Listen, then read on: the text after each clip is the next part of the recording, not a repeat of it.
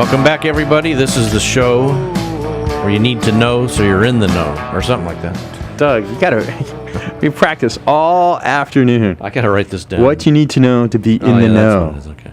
That's because you came up with that one. Yeah, it's a pretty good slogan. Anyway, this is Santa Cruz hometown station, AM 1220 KHTS. This is the Gazette Radio Hour with Doug and John. We are on every Friday from 1 to 2 with everything you do need to know to be in the know. Hey, you got it right. We cover a lot of different stuff, folks. And have your friends tune in, tell everybody about it, because whether they're classified friends, entertainment, music, restaurants, football. And more football. And Doug's ranting, politics. And more football. Yeah. And more football. And more football. You know what's coming up?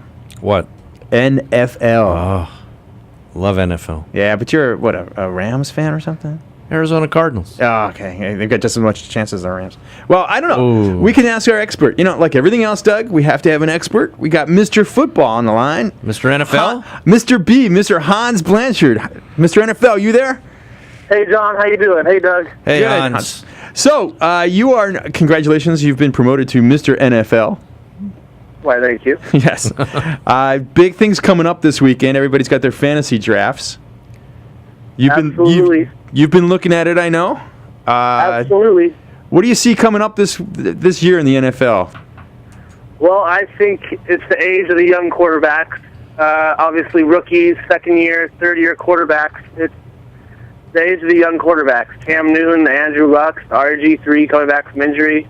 Hail to the Redskins. Sorry, I'm a Redskins fan. Can I ask you, Hans, with RG3, though, as far as draft, John, because you're into this, yeah. would you draft him based on he's not going to play in one preseason game? He's going to come out of the gate cold? Would you draft that guy? I still think I would. How the draft pans out would determine where I would get him. But right now, I believe I would reach for him maybe in the 7th or 8th round. 7th or 8th. Okay, I'm writing this down. Now, my biggest thing, forget fantasy football for a second. How do you think he's going to play on the field? Are you concerned about the knee? I am very concerned just because he's going to have to change his style of play, and so far he only knows one style, and obviously that's just being not necessarily reckless, but don't say reckless. He's not even close to reckless. Not necessarily reckless, but being mobile outside the pocket, looking for, let's say, somebody within 5 yards. He's just going to have to learn how to move within the pocket and use his arm. Oh, come on. It's not like he's Michael Vick, who was named starter in Philadelphia. Did you see that, Doug? Yeah.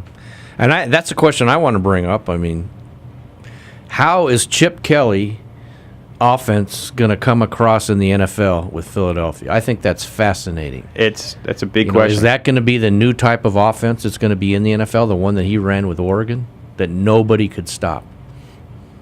What do you think, Hans? The biggest thing is that they're obviously going to be running a lot of plays, and as of last year, New England ran the most plays average in the NFL. Roughly was around 72, I think. And the first preseason game when Philly played New England, Philadelphia ran 89 plays. Wow. So they're speeding it up, but what was the score? Well, that was preseason. Doesn't matter. Does the preseason matter? That's another good question. What do you see coming up this weekend in the preseason? Anything spectacular? Well, obviously, as rosters cut down to 53, the biggest thing is the young ones trying to make the team. All these rookies, undrafted rookies trying to make teams. Just if you've been following Hard Knocks, you saw Aaron Maven get cut recently. So it's just a matter of young guys making the team, giving it their hardest, and just hoping. Anybody out there, as far as young guys making the team, that you think is going to have an impact this year? Any good rookies? Well, there's 3 rookies that I'm looking for right now that are going to have hell of a years, and I think that will be Tavon Austin, obviously West Virginia receiver going to St. Louis. Yeah. I'm really looking forward to Bjorn Werner. He's a defensive end from Florida State playing for Indianapolis. And my number 3 sleeper, I think I cannot wait to watch, is Tyrann Mathieu. Really? Just the Honey Badger. He is a freak athlete, and it'll be interesting to see how he has done being away from the NFL, or being away from football, rather, for such a long time. And you know what team he's playing for? Mr. NFL, I got to tell you, Doug is doing some sort of weird gyration, looking like a bird or something. It's scary. I didn't know Arizona Cardinals had a fight dance, Doug. But we got Honey Bear. Honey Badger, whatever. You got Honey Bear too. The guy who used to be with Starsky and Hutch. Well, I'll tell you, you got Peterson and Tyrann Mathieu. I think that's a good combination than any. Well, since the Cardinals are my team, I had season tickets when I lived in Phoenix for the first 8 years they were there.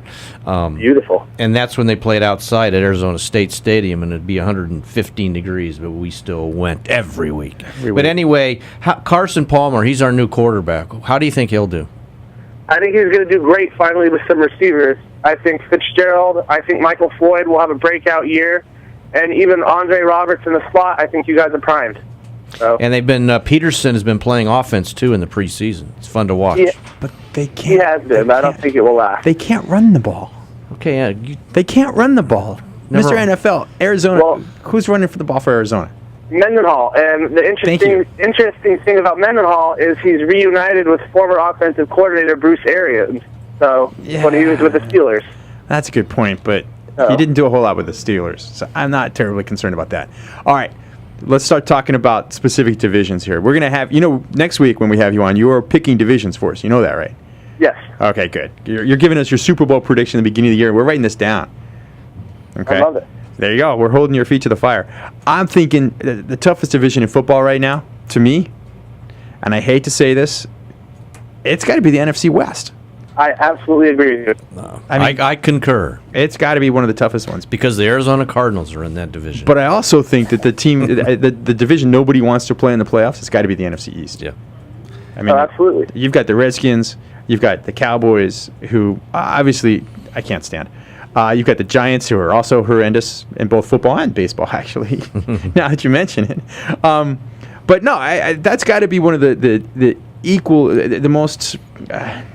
Equal divisions out there. I mean, I can't imagine that there's anybody's going to run away with that division. Well, if I can give you another division, I think the NFC South will be as competitive as ever. Really? Well, Sean Payton and that whole coaching staff is back in New Orleans. Tampa Bay has a few contract players. It's either a make-or-break year for Josh Freeman. Cam Newton is on the rise. And Atlanta is probably better than they've ever been before. So that's true. Hey, Mr. NFL, can you hang on with us for after the break? Absolutely. Awesome. All right. Well, you're listening to the Gazette Radio Hour with Doug and John on AM 1220 KHTS, and we'll be right back with Mr. Football.